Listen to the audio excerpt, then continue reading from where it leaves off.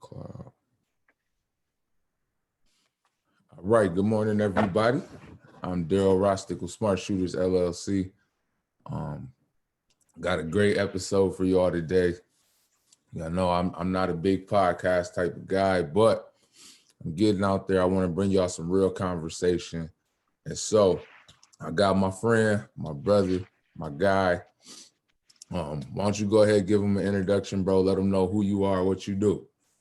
What's going on? My name is Evan-Tarence. I am how would I describe myself? A cultural influencer. I have a production company called Dreamstone.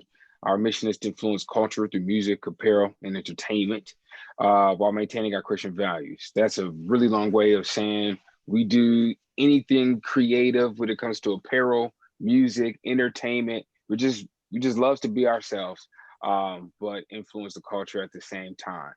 So we have a radio show called Young Righteous Radio. I'm a stand-up comedian. We produce music. In fact, got a new project out, A Dreamstone Christmas. Go check it out. It's all on Facebook Live, premiering every Friday and all that stuff. But no, man, I'm happy to be here. Thank you, Daryl, for inviting me to be a part of this conversation. It's an important one, and it's something that we've kind of talked about a little bit on Y&R before, but never really, dove into it. So maybe the next time we talk about it, we got to have you come in as our expert consultant on guns, man. Yeah, man. So, to this morning, we really want to kind of have a conversation, and really, we just want to talk about can we as kingdom citizens, can we love God and really, really like guns? Like, is that possible? Can God and guns coexist in the same space? Just like off the rip, man, just give me your thoughts. What do you think? So I think it's a tricky, for me, it's tricky. And I think honestly, it's an area that I'm developing in. Growing up in a Christian household, a strict Christian household, traditional Christian household, we couldn't touch guns, couldn't play with guns, didn't think about guns. Right. When we played outside with sticks, they were lasers, or they were like they were like freeze guns. Like we couldn't play with guns. No water guns, no shooting games. Like guns were not a thing. Both my parents grew up in Detroit, and they seen a lot of violence. They had family members, to fall at the hands of guns, things like that. So guns were just never an option for us. So I grew up conditioned thinking guns bad, like no. But then as I became an adult and, just kind of started to create my own standards, based on what I was given, my views on things in life has shifted and changed a little bit. But the area of guns is something that I'm still kind of growing in. And more recently, I've been kind of leaning towards, I might need to get me, some sort of protection. And it's like, I have to get past the initial, like, guns are bad type of thing. And it's really not so much that guns are bad, it's more so the people that are using them, may not be in the, best position. People run people over with cars. I mean, cars are bad, it just means that person either don't need a driver's license or something wrong with that person. So that's the area that I'm growing in, or, kind of developing thoughts around. But I've actually definitely been leaning towards wanting, a gun. And it's something that, me and my wife are having conversation around. It's more so me doing all the talking because she's kind of made up her mind. I'm sure we'll dive into that. But yeah, man, it's definitely an area that, is changing for me. Got you. That's great to hear, man. I'm glad you're considering it because I mean, you know where I stand. This is what I do for a living now. Yeah. And I just think it's important to have the conversations, because my story is similar to yours. My mom was in the church. My dad kind of was too, but around the time of my youth, he was in the street. And so, we were taught the only people who had guns were gang bangers and the police. Yeah.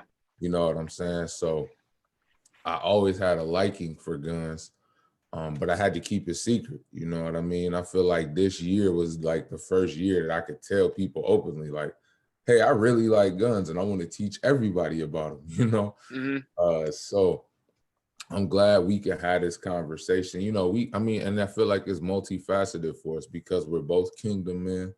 We're Yes, both sir. young black men. Yes, sir. We're both husbands and fathers. Yeah. You know what I mean? So that's why I thought it would be important to get somebody who could relate on all of those dimensions, you know? And then we're both, Absolutely. I mean, we both live in conservative Grand Rapids. You know, Yes, sir. you walk West around, Michigan. right, exactly. That West Michigan nice. You walk around with a gun on your hip, you draw attention, whether you Mm-hmm. want it or not. You Mm-hmm. know what I mean? So let me ask you this. Yeah. Because I'm actually making a YouTube video on this soon, but just getting your perspective, how does that conversation with your wife go? When you say, So, hey babe, I think it's time. so is it's not going very well. It's not going good. But we've had it before, even before, and it's something that we've talked about here and there since we've dated. Mm-hmm. That's one thing that I think is important when it comes to guns and stuff like that. Like big decisions like that, it's important for the husband and wife to be on the same page and not to just pop out of nowhere like, hey, I'm buying a gun tomorrow. Right. It's like having that conversation. I mean, at the very end of the day, it is my job to protect our family. As the priest of the Absolutely. home.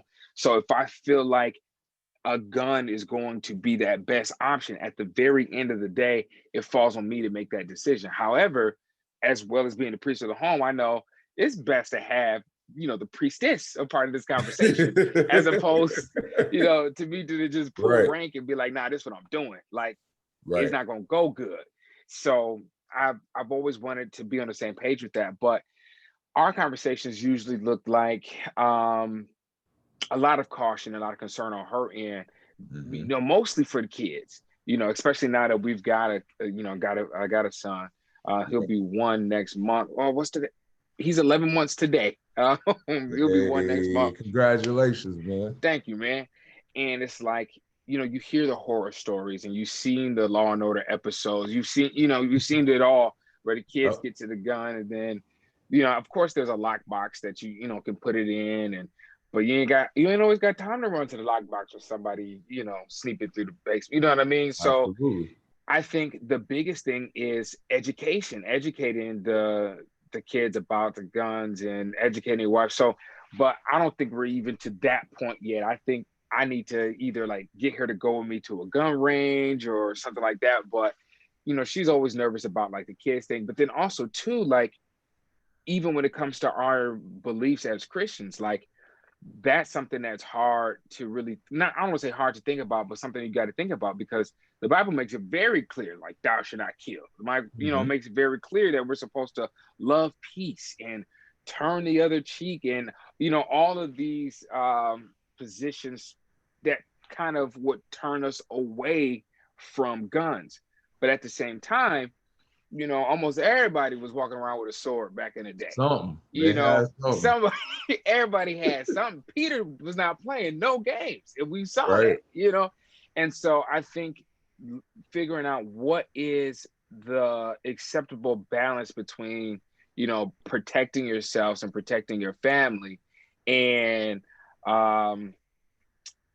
just embracing or being okay with violence. You know what I mean? And Mm-hmm. so it's definitely a two-edged sword. It's a two-sided conversation. One, how do we feel about it as Christians, but two, as parents, how do we keep our family safe?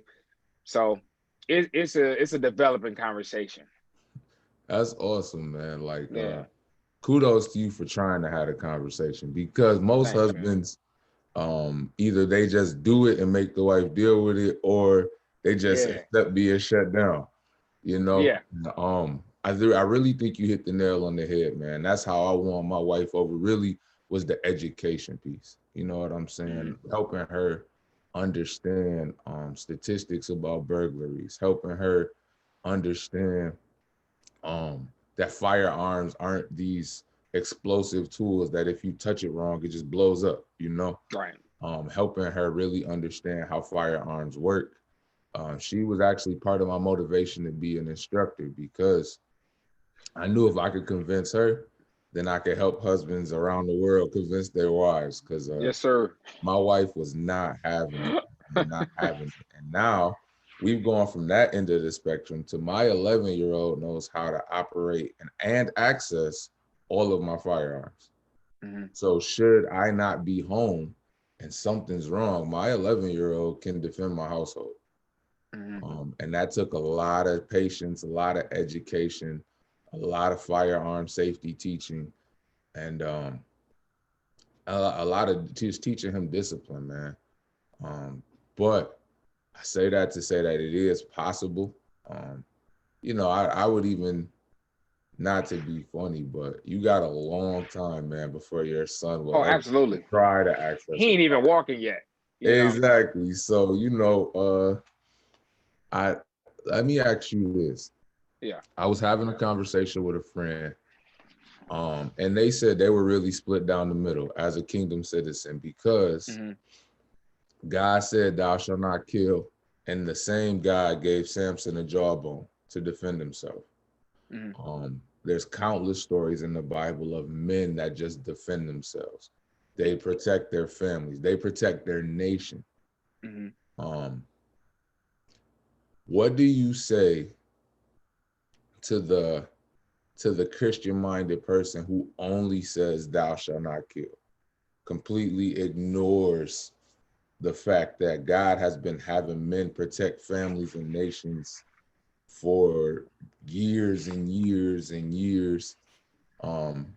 Because the only true nonviolent example that I can truly think about is Jesus.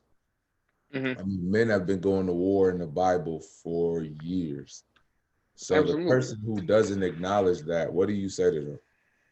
I tell them to read the scripture just a little bit more, because there are plenty of examples where men in the Bible, like you said, gone to war, or God even anointed that man to be more efficient in war. David was sweet with it. You know what I mean? Like he led out in, his armies. Like you said, he gave Samson that jawbone, and Samson went nuts. I think it's important. Even Elijah, was going nuts. I think it's important for us to. I look at it like this: the same person that says, like, guys, the Bible says, "Thou shalt not kill." Like, personally, I think that might be the same type of person that thinks money is evil. You know how people be like, "Oh, well, you're not supposed to be rich because money is evil." No, the love of money is the root of all evil, not money in itself. And so I think where our heart is and where our posture is really what's the important part, and it's tricky because, again, that's somewhere where I go back and forth with, because like, to think about guns, and I've done a little bit of training or a little bit of experience and conversations with some educators. Like, they say, and you can correct me if I'm wrong, they say that, like, if you're gonna pull it out, you better use it, and if you pull that trigger, you aim for center mass, like you put that person down. You're not trying to slow them down. You're not trying to scare them. You want to take them out because it's your life or theirs. That Saying, is a if statement. you know what I'm saying? Like, if they're in the house, and that's where I have a hard time, because I'm the cat that, like, you can ask my friends, like, I take a bug outside before I kill it. Like, I just, I kid you not. They're like, it's a spider. I'm like, oh, whoa, don't kill it. And I'll take this and I'll take it out. Like, I have a hard time killing. And that's just where my heart is. But I guarantee you, if I had to pick between you or me, I'm definitely going to pick me every time. So I know if it came down to it, I'll do what needs to be done, but that will be really, really hard for me. So I can't say for sure that, like, if somebody broke into my house and I had a gun, that I wouldn't try to shoot them in the leg until the police came. You know what I mean? Like, to get, because I would hate to be the person, like, what if that's just like the lowest point in their life? You know what I mean? And I mean, there's consequences to your actions for sure. I definitely get that. You know what I mean? And you knock on the wrong door, you're going to get an answer, and I get it. But, like, I would hate to, like, take their life and they're just having a really, you know what I mean? So that's where I struggle with. But to your initial question about the scriptures is thou shalt not kill, you know, Bible also tells you to guard your heart with all diligence, because out of flows the issues of life. And if you take that, that's a spiritual thing, but if you take it to a natural perspective, the God wants us to protect ourselves and to protect our home. Absolutely. And so I think that it's just a balance of where your heart is. You know, for that matter, then that's like saying there's no room for Christians in the army. You know what I mean? Absolutely. And that's not necessarily, you know, true. At least to my, you know, revelation. Maybe there's something I haven't discovered yet, and you know, God's going to tell me something. But as of now, I think we should defend ourselves just like everyone else. Like, I think one thing that we as believers and that kingdom citizens, I think sometimes we forget that, like, we're spiritual beings having a natural experience, right? And so, but we can't deny that natural experience. You know what I mean? We Correct. can't deny the fact that we are living in a world that we do have the right to bear arms. Like, it's a part of, you know, our rights as citizens. We do live in a world where there is violence and we have to protect ourselves. You know what I mean? Like, that's definitely a real thing. And we can't, I mean, I don't want to say prayer ain't gonna chase a bullet out, because you know the old church mothers, they pray in protection and blah, blah, you know, I get it. Like, prayer does work. You just gotta come on. You know what I mean? Yeah. Like, we live in a Yeah. real world, you know. So I don't know. I'm as you can see, as I'm Yeah. rambling, I'm kind of, Yeah. you know, still in the air with it, but I don't think that the scripture thou shalt not kill, that does not necessarily deter my decision from getting a gun or from using a gun, because again, it's for protection. I'm not trying to kill nobody. But that's the hard part, because the culture behind having that gun for protection is, if you don't have it, it's to kill somebody. That's where I struggle. Got you. Well, you know, my instructor side instantly kicked in, man. So I just taught a CPL class yesterday. So as you was talking, I was just like, yes, he got to take Yeah. my class. We talked about it. My Yeah. family has talked about it. I was talking to my dad about it, about, you know, us all taking the class. So Yeah, we're in man. conversation about it.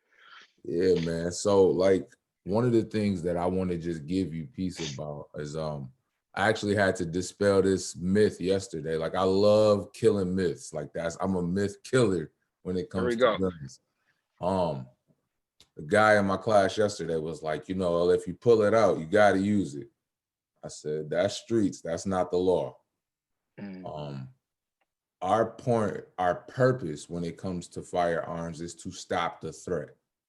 All right. And legally, when you use deadly force, which is from the moment I point a gun at you, I'm now using deadly force. If the threat stops because I point a gun at you, I legally have to stop.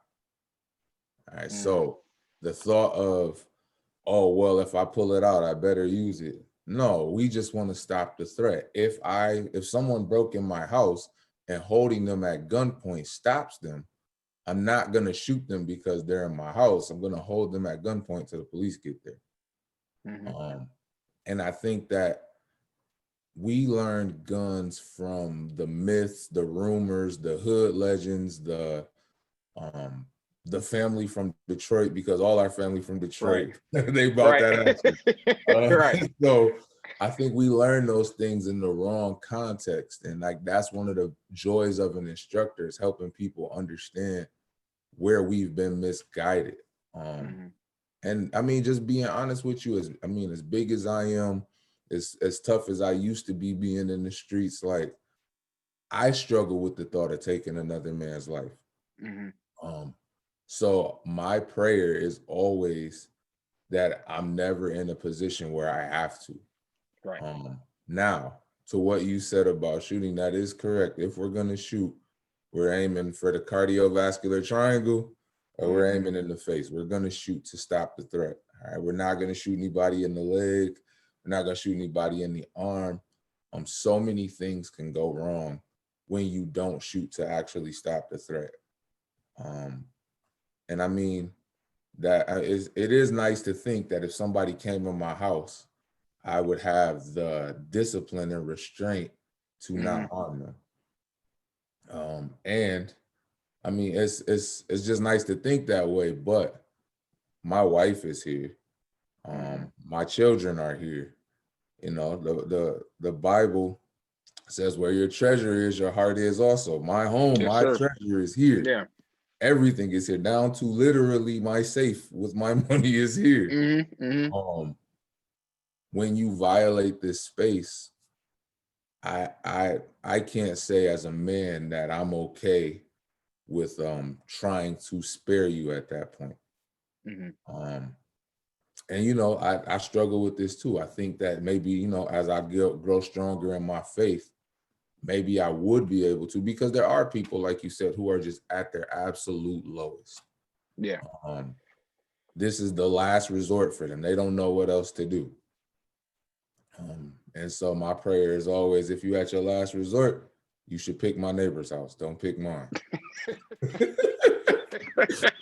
You know, because I mean, you know, this is what I teach and I train to do. But the ultimate part of what you're saying is to have a home protection plan, which is actually a course that I teach. Because if someone was to come in my house, I'm not even going to look for them. I'm going to, right now, my protection plan looks like my 11-year-old son is going to run and grab his siblings out of their room. He's going to come to the master bedroom. He has his own firearm. My wife is going to call 911. She has a firearm. I'm going to barricade our bedroom door. I have a rifle. We're going to stay there and call the police. My only job is to protect what I can't replace, which is them. If somebody wants to come in my house and think they could carry this big 65-inch TV out the door, I mean, by all means, go ahead. Go for it. You know what I mean? And I'm sure the police will pull up in time to catch you trying to lug that big TV down the street. But as far as going to chase down a threat in my class, it's simply a recommendation. I don't recommend it because you don't fully understand the scenario. You don't know how many people are in your house. You don't know if they're armed. And as men, because we always feel like we got to go first, we're the protectors. If something happens to me, I now put my family in a compromised state. Do they come to my rescue or do they protect the babies? I'm only going to protect what I can't replace. That's a good perspective. You know what I mean? And so the same thing when it comes to defending property. A teacher, somebody's breaking in your car, call the police and be a good witness, because what are they really going to take? Right. If they take the whole car, you're going to get an insurance check in 2 days, or you can go get the car you really want. Right. You know what I mean? But I only protect what I can't replace. My children, I can't replace. I teach people when it comes to property, would you jump in, whatever you're defending, would you jump in a Shark Tank for it? So if you're going because you don't want them to steal your PS5, would you jump in the Shark Tank for your PS5? Or would you rather just wake up tomorrow, spend another $400 and have a peace of mind and knowing everybody's safe? Yeah, that's a very good perspective, because I think a lot of times people, it's a pride thing. Like, no, you're not going to just take my stuff, or you're not going, you know what I mean? A lot of people are in prison because of pride, bro. Yeah, man. It's like those material things. I like that statement right there. Like, you only protect what you can't replace. You know what I mean? Is it worth jumping in a Shark Tank over? Like, I have a very expensive laptop. My laptop costs like 6 G's because it's got all the hardware and all that kind of stuff for it, because music, specifically for work purposes, right? Yeah. You know, would I jump in a Shark Tank for this? Probably not. You know, would I stare a shark down? Yeah. You know, absolutely. Like, yeah, I stare a shark down. You know, I might even try and throw a punch in, but I'm not jumping in no Shark Tank for this thing. I just, you know, like you said, let the insurance cut me a check for another one. Exactly. But then there's so much maturity in that.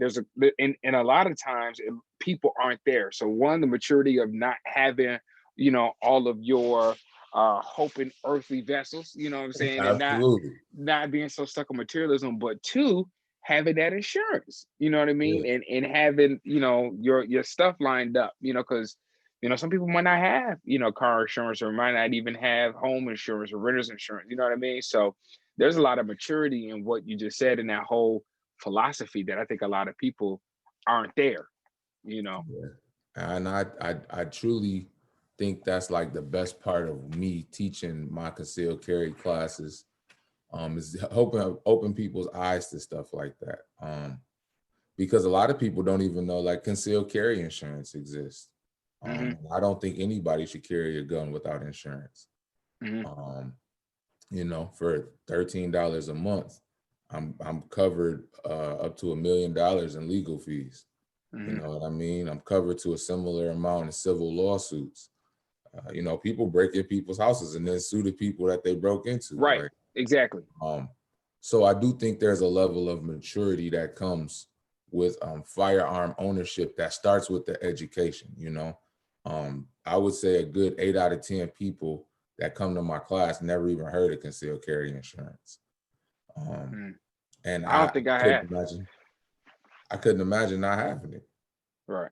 Like, but even bigger than that, um, being able, which is kind of why I feel like this is becoming more of my purpose, helping people to understand that even if you didn't have insurance, the $300 you spent on an Xbox isn't worth your freedom, Right. because there still are rules that have to be in place in order for you to take somebody's life.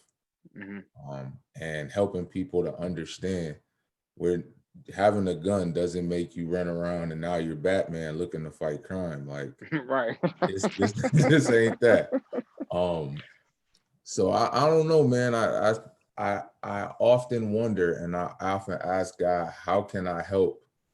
Which kind of inspired this video today. Like, how can I help people understand that to your point earlier, it's not the gun, man. It's the crazy people behind the guns. Yeah. Yeah. Because some of the most influential people I know have pieces. The people who Yeah. take classes with me, you wouldn't believe it, man. My Hmm. private clients, the people in the political space, even pastoral leadership. Hmm. There's a lot of people who come take my class who I can't post their pictures, but Right. Right. they understand the value of having the means to protect yourself and your family. um, Especially when we are going to be in positions where I don't know, man. Like, I watch you do your thing. I know God is going to take you some great places. Thank you, bro. But, I just feel like where good is, evil is also. Like, Absolutely. And that's so scripture. right. So being able to protect yourself with confidence, man. I guess I struggle to real like, I guess this is kind of really how I won my wife over, is as a man, I need the most effective tool for whatever job I do. Um, I have 3 jobs when it comes to my household. I'm the priest, I'm the provider, I'm the protector. I always need the most effective tool to do that job. Hmm. So rather it's I need time to study as the priest of our house. It may look like me going to a men's conference, just something to get my soul replenished so I can bring Hmm. something back to my household. When it comes to being a provider, right? It might look like me investing a couple $1,000s in the different firearms, Hmm. renting out training facilities. That stuff gets expensive. Hmm. Now, I feel like I had to explain, you can't back me as a priest and provider. Then when it comes to being a protector, tell me I got to use a pocket knife, or think that, or think that because I'm a big That's guy that good. I just want to fight. I don't want to tussle with But you could nobody. just People you could know I'm just a flinch big at guy. them and that'll work. Yeah, I mean, a lot of people look to earn their stripes with the big guy. Like, Right. Right. you know what I mean? I That's a want really the good point. I want the most effective means to protect myself and my family. Like, Hmm. and I really think it comes down to character, man. My wife had to, I'm not gonna run out here and just be anxious to shoot Right. somebody. Right. Like, you know what I mean? Like, don't forget who I am as a person, Hmm. and I don't know, man. I guess my thing would be, my question to you would be, if you guys, how do you as a man like reason with yourself if you feel like this is the most effective means and your wife is saying, nah, I don't think so. Like, I mean, for all the people out there, because again, this is a real kingdom man conversation, because I know a lot of guys who don't care what their woman said. Right. It's in the house, don't touch it, don't worry about it. Like, that's their approach. Yeah. We know that's not the love of God, nor is that the love of a successful husband either. Sure. Right. So Right. how do you reconcile with, okay, even if it's no, it's just no right now? Like, maybe for all the younger couples out there, like, how do you reconcile with, I still got work to do, but right now we still, like, we good, I'm okay? I really, really like what you said about, the priest, protector, and the provider. It's like, if my job is to, provide, you're not going to trip on me getting another job. If my job is to preach, you're not going to trip on me going to an extra Bible study. So when it comes to protection, you shouldn't trip about me needing the right protection, and I think that's something that's important for wives to hear. Now she sleeps. So that's important, for wives. So that I'm gonna use that. Thank you. Thank you. You gave me some Absolutely. arsenal there. But I think it has to be a conversation, and you guys have to arrive there. I would say the best advice that I've been given and what I think is going to work for me is us doing the education piece together. Women really want to feel secure. Like, Yeah. above most things, women need security. And a lot of times their fear isn't necessarily the gun itself, it's the possibilities of what can happen. But if you allow them to feel secure in your ability to navigate those situations, they'll feel a little bit better. You know what I'm saying? I think we would agree that most women are don't like car accidents. Like, they're nervous about Correct. cars, but if they trust that driver, they're gonna get in the car with you. You know what I'm saying? So Yes, I sir. think it's not trying to force it on them and have that conversation. Like I said earlier, at the end of the day, I do have that card, that big, the big joker that says, Mhm. well, this is what I think is best for our family as the man of the house. Here's the big joker. Don't touch it. It's in the closet, type of thing. Right. But that ain't the best route to go. There's not peace there. And then women, when your wife may not feel respected in that, in that regard. And you got to ask yourself, what's more important? The pride of winning the argument to have what you want to have. I think that's, you got to check. Do you really, is it a pride thing? Like, are you just trying to win the argument because you really gonna, or do you really feel like you all live in a space where you need it? So I also think the conversation will be different if we lived either in a different part of town or we lived in a different city. Like, I know crime goes everywhere, I know Mhm. that for sure. But the crime rate in our neighborhood is pretty low. And Right. Right. I'm the most dangerous person on our street. Okay. So I think we're doing all right, to be honest. And so, but I do think that if we lived somewhere differently, she would feel a little bit different about needing it. You know what I Mhm. mean? Or feeling like we need to have it. So I think there's a lot of factors that take into account there. But I would say, word of advice to, those married guys that want to just, pull out the big joker and just do their thing, before you get ready to, slam that last card to take the book, you got to ask Right. yourself, is it worth it? You know what I mean? Like, is it really, really needed, or you just want to win this, this argument? And I definitely understand guns being a hobby. You know what I Mhm. mean? Like, as I become an adult, I think initially it was like, okay, it was something I couldn't do before. Now I'm grown, I could do what I want. So, being an arcade, playing all the shooting games, just looking around, making sure your mom ain't coming, but I've recently started playing Call of Duty, you know what I mean? Since the pandemic, home more, but I, Right. play Warzone, and it goes down in the gulag, like, we Mhm. definitely, learning what a kilo is, all these different guns. So it's definitely becoming desensitizing to people as far as like the names of guns. And so it's becoming a hobby and becoming like a recreational thing for some people, and that's not necessarily a bad thing, going to the gun range. So my friend told me his therapist told him that that's a good outlet. That's a good. I was leaving the gun range with some friends, and he was coming. I was like, "Hey man, what's going on?" He's like, "Hey man, my therapist told me it's a good place to release some." I said, "Well, let me let you go on and do what you're gonna do. I'll have at you, get it in." And Yeah, so I think the biggest thing when it comes to like the whole couple thing is just being on the same page. I would never recommend um, doing something in spite of your wife, or but at the end of the day, you know, it is your job as the husband to protect and to be that, natural protection for your absolutely. family. So you got to make the decision that's best for you all. If you live in a spot where you might get caught lacking, uh, strap up. But if you guys can push it out a little further and wait till you guys come to a solid decision, then let's do it. I love that answer, man. Yeah, I bro. love that. Um, Let me ask you this. Let's kind of Yeah. pivot a little bit. And as the Black community, all right, Mm. so I've been approached before, even though I'm all about education, man.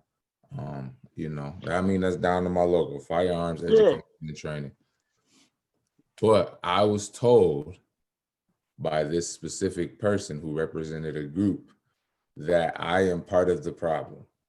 I am encouraging young Black men to get into firearms. I have a youth class that I teach where parents and youth can learn together. This person told me I'm introducing them to something that they don't have to be introduced to. Now, my argument on the other side is they're going to find a way anyway. Mm-hmm. I shot my first gun when I was 13. My parents had no idea because my homeboy snuck his uncle's gun out. Mm-hmm. And, we went to a dirt field and we just was playing with it. Mm-hmm. You know what I mean? Dad, if you see this, my bad, man. I never told you that. You Yeah. get a Well, whooping. yeah, man. That one day walking home from Northeast Middle School, yeah, we made a I'm couple stops. cracking up. Yeah, man. Oh But man. I believe in any facet of how you look at it, education is key.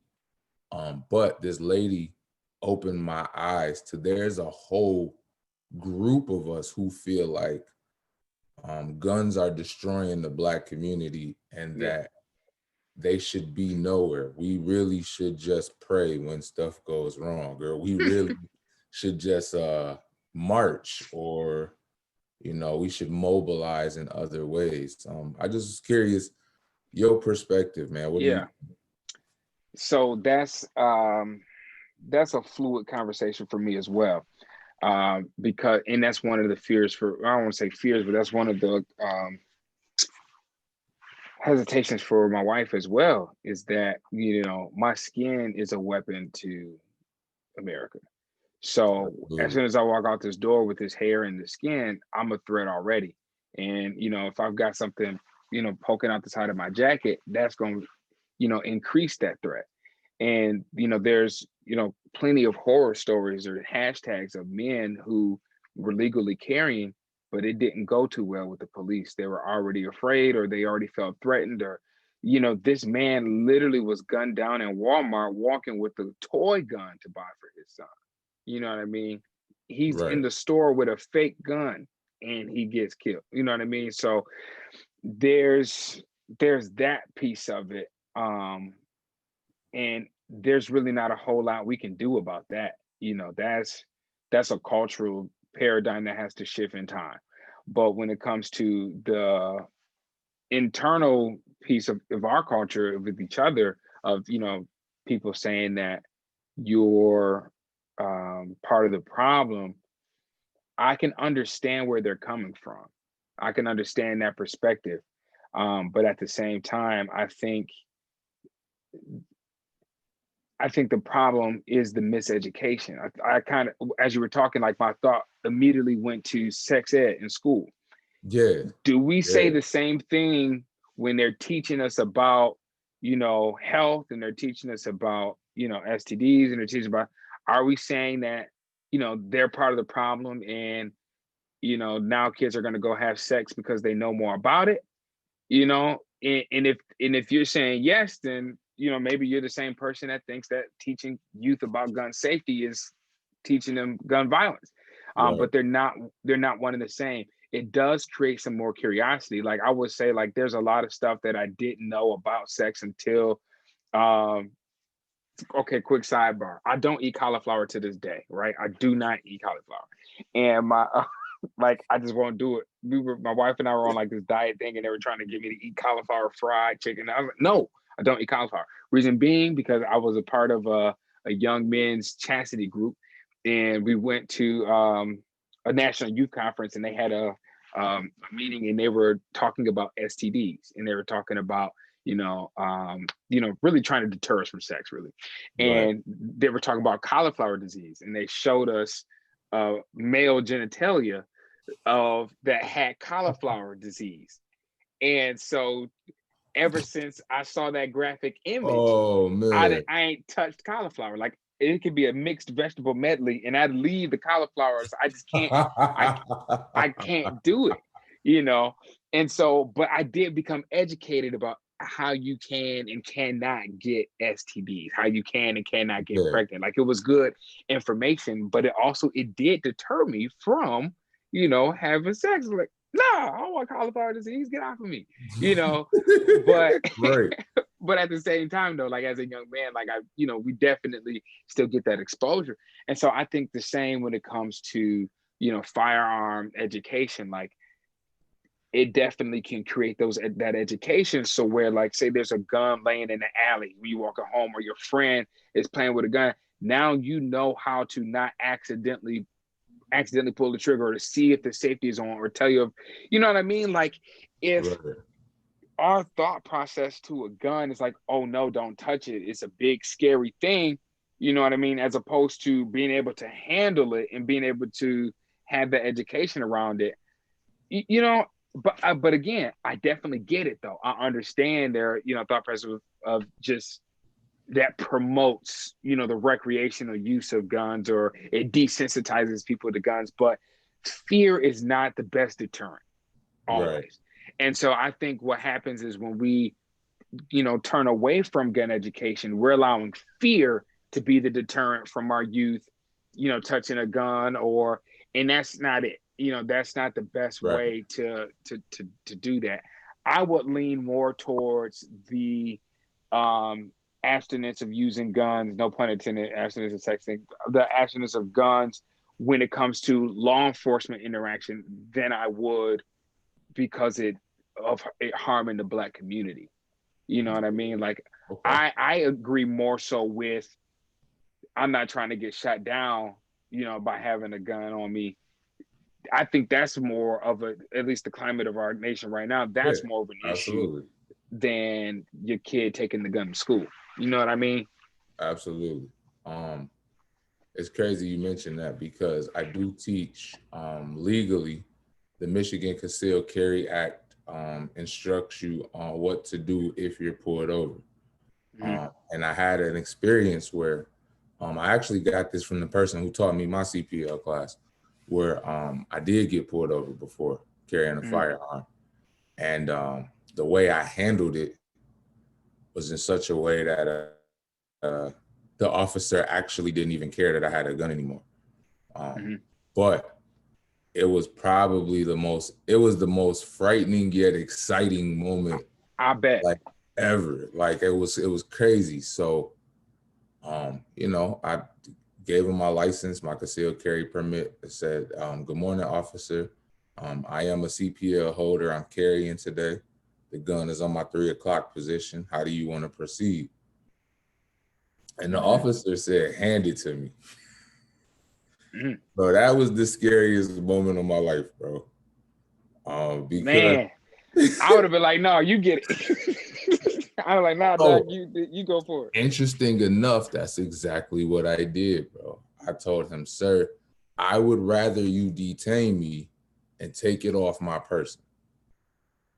It's crazy because like I haven't until recently, I hadn't even been able to talk about this. Like I haven't even been able to talk to my wife about it because I don't truly know how I feel about it. Sure.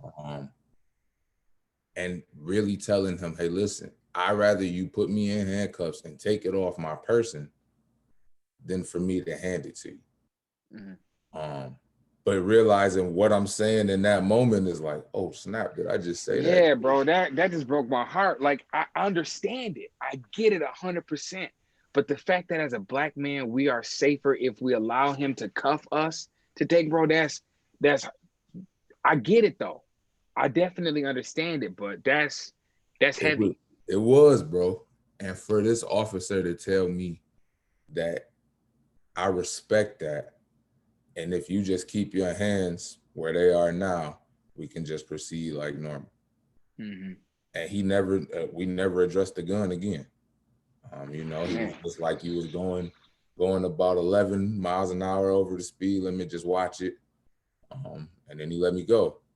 But it was crazy because I was like, man, that worked. But I had to literally feel like I had to offer up my freedom. Exactly. You have to put your freedom on the line. Safe. You know what I mean? Yeah. So when it comes to these experiences that people have, I get it. And I won't say what township I was in, but I was in a township where we know you don't want to get pulled over there. Mm-hmm. But my struggle is, so the same type of stereotyping when it comes to getting pulled over happens. I was doing research about Black people who drive luxury vehicles. Mm-hmm. And it's crazy. There's like a huge number of people who file complaints every year that they get pulled over because they're Black, driving Rolls Royces, driving mm-hmm. Lamborghinis. Mm-hmm.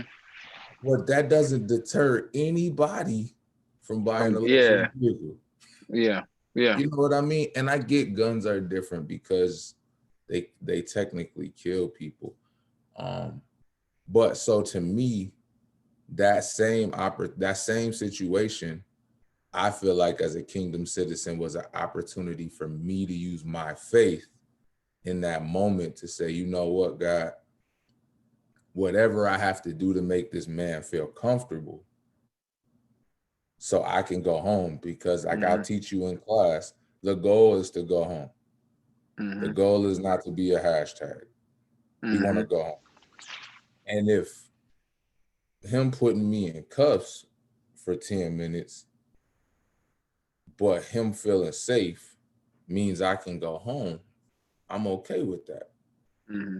Like, it's kind of like me offering the peace gesture. Like, hey, whatever you have to do to feel safe, long as I can go home, because I don't want to go to jail and I don't want to get shot for driving a little fast. Mm-hmm. You know what I'm saying? Yeah. It's reality. So I do get it. However, would I ever say that means as a Black person I shouldn't carry a firearm and protect myself? Right. I just can't draw that conclusion, Right. I'm with you on that. Let me ask you this last question, man. Me and my friends were having a conversation. We were at the gun range. We were doing some I was introducing them to some tactical training, because I don't believe it's enough to just shoot at pieces of paper. A real life scenario is a whole different thing. So we were out at the gun range, at the outdoor range. We were running different drills. And then a dad pulls up in a pickup truck. We got his 6-year-old son out there. Mm-hmm. Running drills like we running drills. Like, mm-hmm. I was just thoroughly impressed.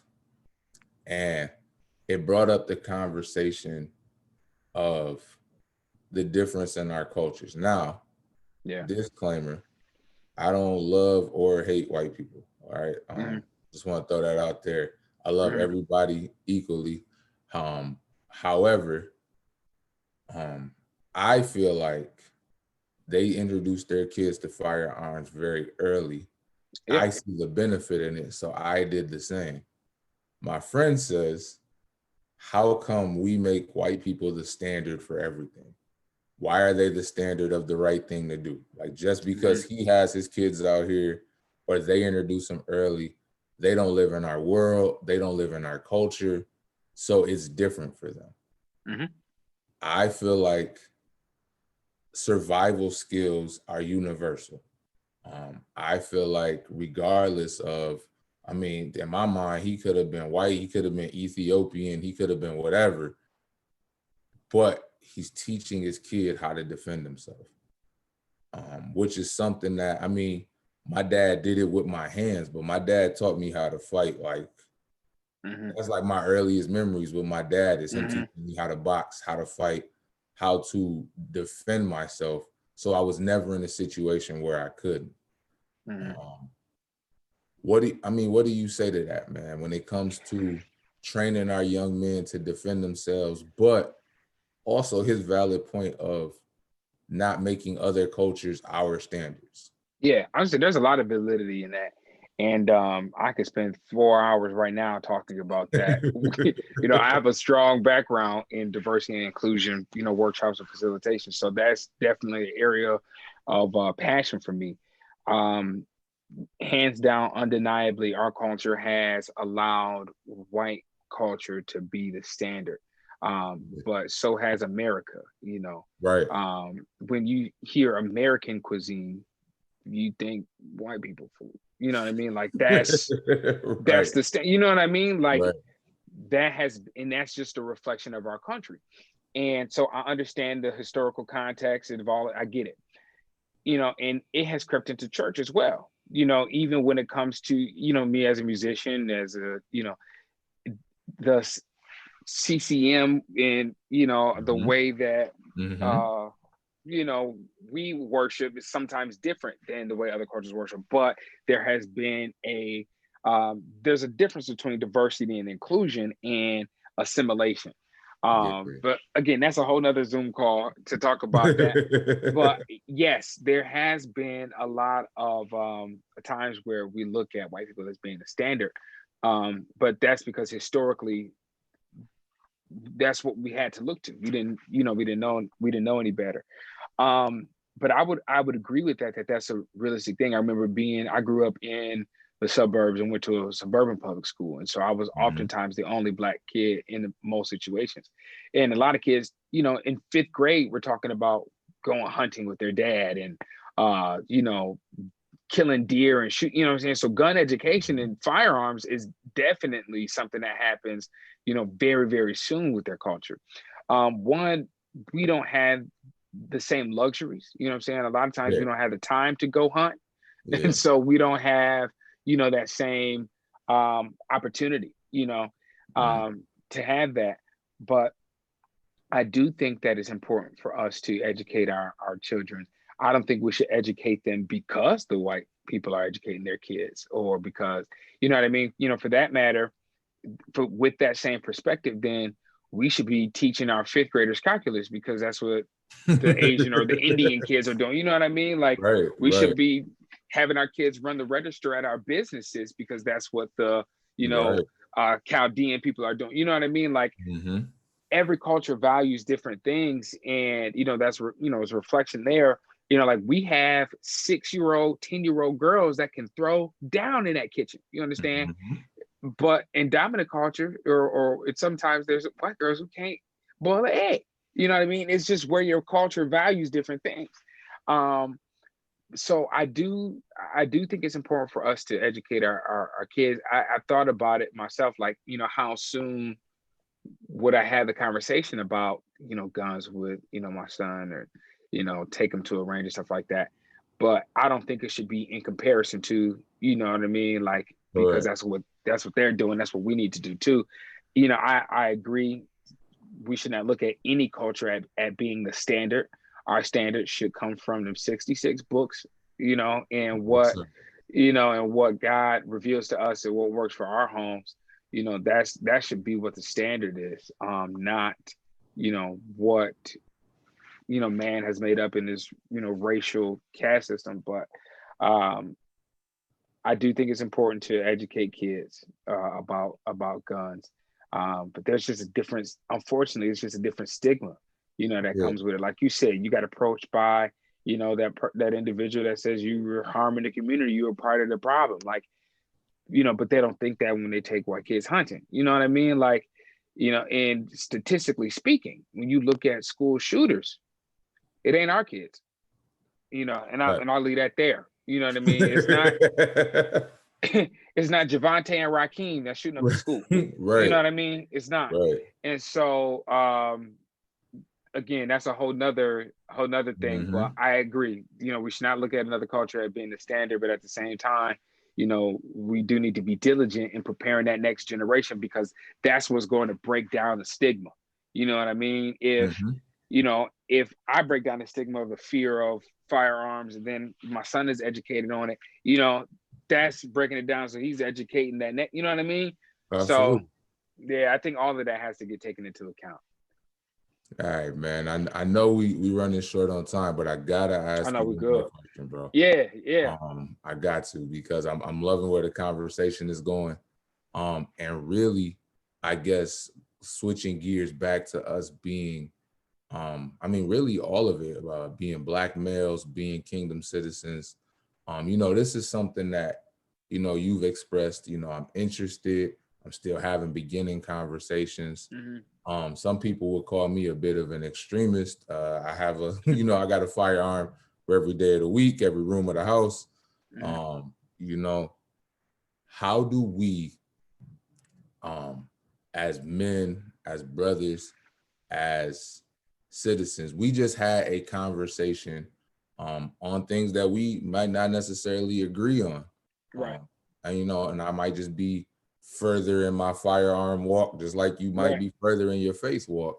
Right. How do we have conversations without condemning other people's views? Like, That's a great point. we've been able to have a conversation this morning that I felt is nothing but fruitful. Um, Absolutely. and I mean, in the real extreme of things, like, you might feel like, hey, I got time to work this out with my wife. My perspective is like, bro, what time? Like, do you see the times? Like, you know what I mean? Like, right. but nonetheless, we can still sit down as men and have different opinions, different views, and still be able to have this conversation with each other. Like, how do we encourage that amongst a kingdom community who may be having a conversation that doesn't agree with our faith, or a Black community that, again, using other cultures as the standard? These conversations go left. And when I try to Yeah. have them with some people, Yep. they really go left. Like, they Mm-hmm. call me a 2A supremacist. I don't even really care about the Second Amendment. I just care to protect my family. Yeah. And I care to protect my community. And I don't want to get it confused like I'm the next Black Panther revolution either. Right. I just Right. believe in protecting our communities. I believe that's what God put us here for as men, especially. But everybody doesn't think like that. How do they have this conversation, and maybe just walk away with some nuggets to think about? Yeah. I think that I think you got to find some commonality there, some common ground. Like you said, everybody wants to protect their family. And so I think having it from that perspective is important. But I think just having that mutual respect, I've had conversations with family members that rock with Trump. Mm-hmm. And I wasn't like, we're not family no more. Like, Right. we were able to have a conversation and, basically disagree and still be okay. You know what I mean? I think that that's something that we have to uh, come to grips with. And I think maturity, that definitely comes along with maturity. Like in conversation, we're like, no, I don't think you understand me. Like, no, I understand you. I just disagree with you. Is it, people think that like, oh, well, if you understand what I'm saying, then you'll get it. No, I understand your point. I just don't see it that way. I just disagree with you. And I think we got to learn how to be okay with that. I think it boils down to a maturity thing. And there's a calm and a center that you have that I'm witnessing on this call that you have when it comes to law, when it comes to family, when it comes like there's a confidence that you have, and it's not just because you Del Rostic like that guy. I mean, you are that guy, but that's not really what I'm seeing. It's God. You know what I'm saying? There's a light about you that centers you, and I think if God is the center of these conversations, and that's really what allows people to have, you know, a calm in their conversation with God as a center. Same way I look at it like with a marriage, like when God is the center of our marriage, it's not like me against you, it's us against the problem, it's us against the, you know, whatever the scenario or the situation is. So I think just without that piece, the conversation can go awry, you know, and I think that's what is missing. And but when it comes to, and so that on a believer tip, when you're having those conversations with Christians, I think having it from, you know, the biblical perspective and, you know, God being the center of it, I think that's how those conversations are won.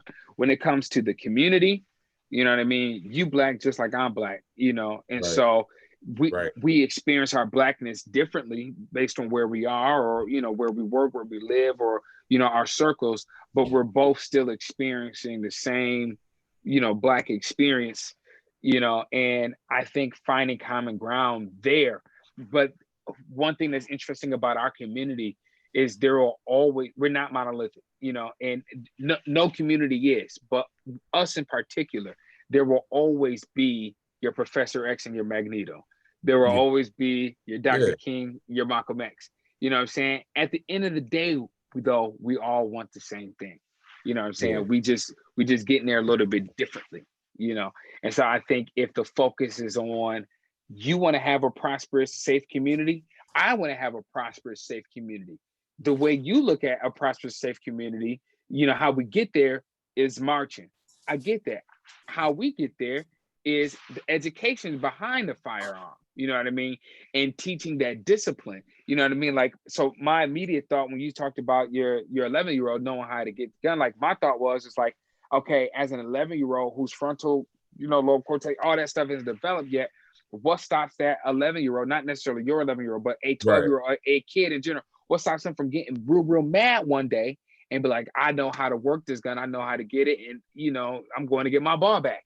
You know what I mean? Like, what stops that? But it's that the education and the discipline, you know what I'm saying? Outside of knowing how to use the gun, it's the respect for the tool and the respect that you got to have for life that has to be taught. So I would say that there's a lot of variables that go along with having guns that have nothing to do with guns.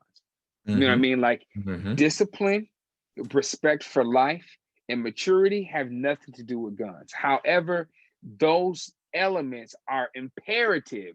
Absolutely. You know, imperative components to having a gun.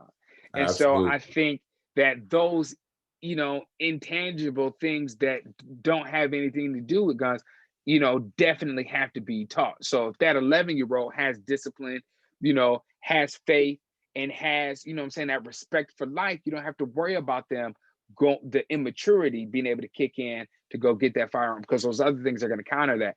And so I think just having that conversation and focusing on those pieces will probably, you know, be the conversation guide. But it's going to be tricky, you know, regardless, you know what I mean?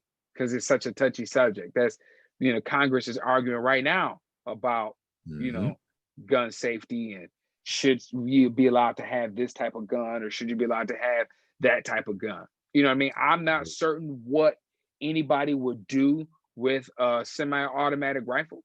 You know what I'm saying? Like, I'm not certain why somebody would need that. You know what I mean?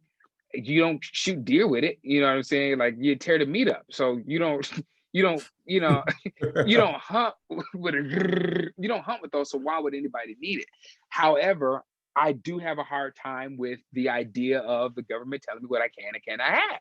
You know what I mean? So like, there's always going to be, you know, two sides to it. But at the center, you know, is you got to have that maturity and that discipline to know, okay, well, that might be the best, you know, decision all the way around. You know what I mean?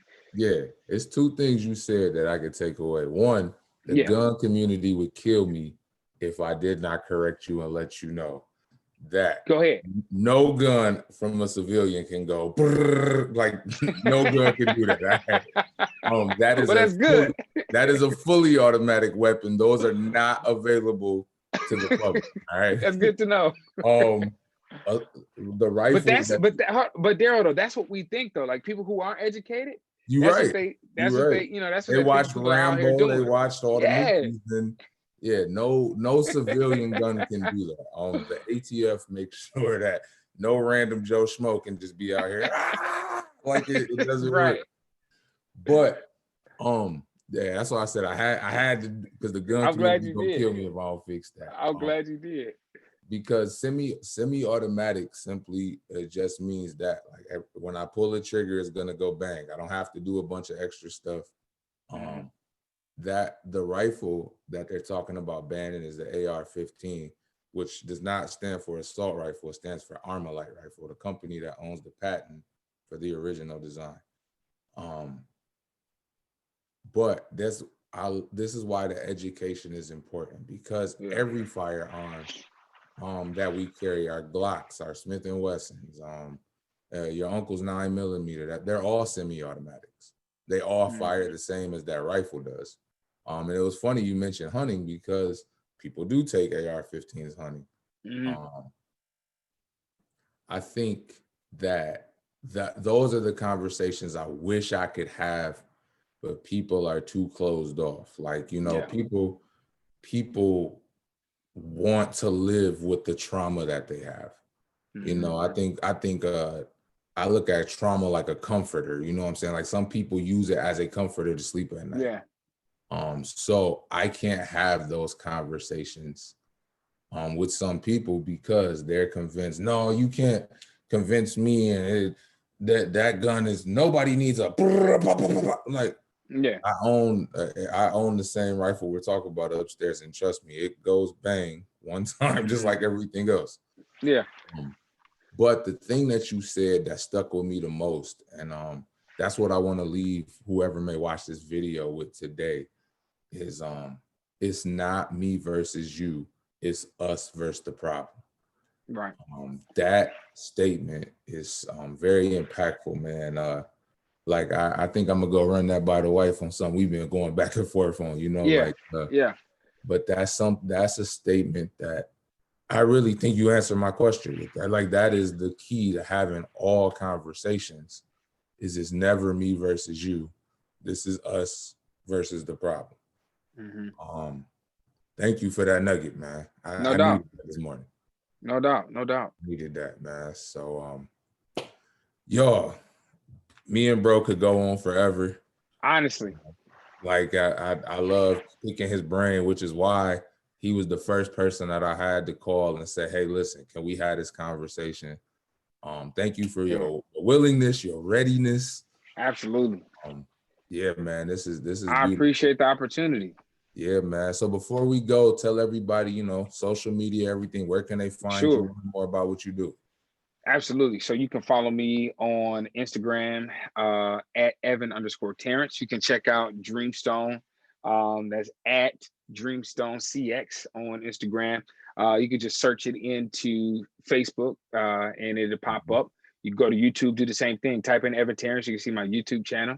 Got some funny stuff on there and some serious stuff on there. Talk about Black Lives Matter, and I also do music videos with my shirt off. Like it's just, you know, it's just me, you know. So check that out as well. But no, man, I appreciate this conversation, and I think is very much needed.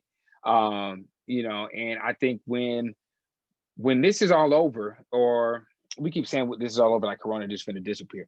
When we figure out how to navigate social distancing differently, and we can safely gather, I would love for us to have a public conversation and include firearms and things like that, because I think that it's definitely important for our communities, our Black community, but as well as our Christian community. Like this is conversation. So I thank God for you, man, because you're helping change people's perspectives and help, I didn't feel forced in this conversation. And a lot of time when people talk about guns, they make you feel stupid, you know what I mean? And sometimes people turn away from these conversations because nobody wants to feel stupid. If you know you're uneducated in something, you're going to say what you're going to say, and you're going to stick to your guns because you don't want You're going to stick to it because you don't want to sound stupid, you know what I mean? But the way you present this education that does not make, the unlearned person feel dumb. So that's very, I Man, appreciate that. So thank you. yeah, man, well, kudos to you, and you'll be hearing from me and my family about doing some sort of, education piece, man. Yeah, man, I'm looking forward to it, bro. Get a wife and a baby, my love, man. No doubt. Absolutely. All right, brother. Take care. All right, you too, man. Thank you. Yep.